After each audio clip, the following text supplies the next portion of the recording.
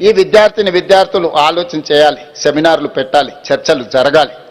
ఈ నిబంధనలు తెలంగాణ సమాజానికే కాదు ఇతర రాష్ట్రాలకు కూడా ఇదేమైనా ప్రయోజనం ఉంటుందా?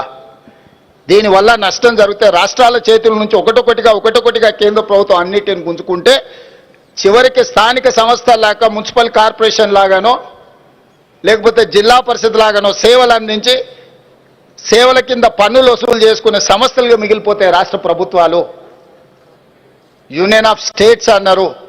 రాష్ట్రాలకు ఉన్న విశేష అధికారాలను కేంద్ర ప్రభుత్వం ఆక్రమించుకుంటూ పోతే ఇది చివరికి మనం జీవోత్సవాలుగా మారే పరిస్థితులు వస్తాయి. ఇది ఏమాత్రము ప్రజలకు మంచిది కాదు. రకరకాల పరిస్థితుల వల్ల ఎవరైనా అధికారంలోకి రావచ్చు, కేంద్రంలో భావోద్వేగాల పరిస్థితిలో కూడా రావచ్చు. కానీ మెజారిటీ ఉంది కదా అని పూర్తిగా మూలాలను దెబ్బతీసే ఆలోచన చేసినప్పుడు ప్రజలు చైతన్యంతో మేధావులు ముందుకు రావాలి. మేధావులు అందరు చర్చ చేయాలి. ఈరోజు కేంద్ర ప్రభుత్వం చేస్తున్న మార్పులను నిశితంగా గమనించాల్సిన అవసరం ఉన్నది. వాళ్ళ ఆలోచన ఏమున్నదో, మార్పుల వెనకాల ఉన్న విధానం ఏముందో కూడా ఈరోజు చర్చ జరగాల్సిన అవసరం ఉన్నది.